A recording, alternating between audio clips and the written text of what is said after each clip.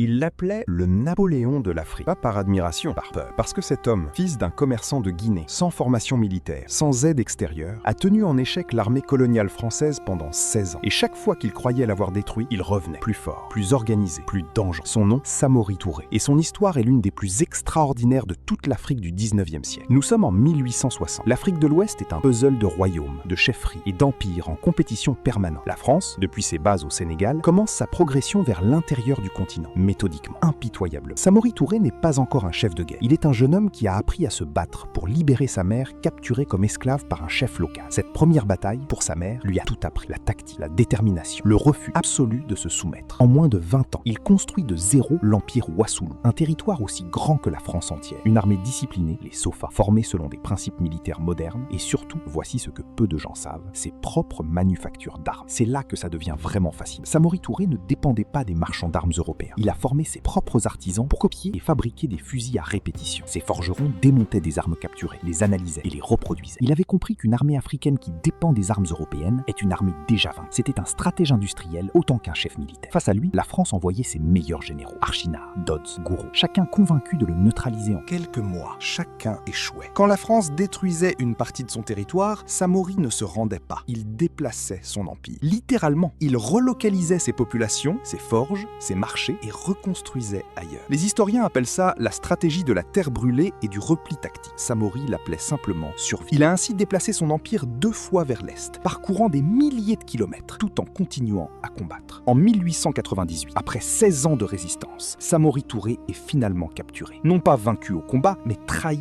par un de ses propres lieutenants. Les Français l'exilent au Gabon. Il meurt 2 ans plus tard, en 1900. Mais voici ce que l'histoire officielle ne te dit pas. Samori Touré avait proposé à plusieurs reprises des traités de paix, des accords qui auraient reconnu son empire comme État souverain. La France a refusé à chaque fois, parce qu'un empire africain souverain et armé au cœur de l'Afrique de l'Ouest était exactement ce que la colonisation ne pouvait pas tolérer. Il ne représentait pas une menace militaire, il représentait une idée. L'idée qu'un Africain pouvait construire, organiser, résister et gagner. 16 ans, 2 empires reconstruits, des fusils fabriqués à la main et la peur dans les yeux des meilleurs généraux de France. Samori Touré n'a pas perdu la guerre, on lui a volé la paix. Si cette histoire t'a appris quelque chose que l'école ne t'a jamais enseigné, abonne-toi. Parce que l'Afrique est pleine de héros qu'on t'a cachés et chaque jour, on en dévoile un nouveau.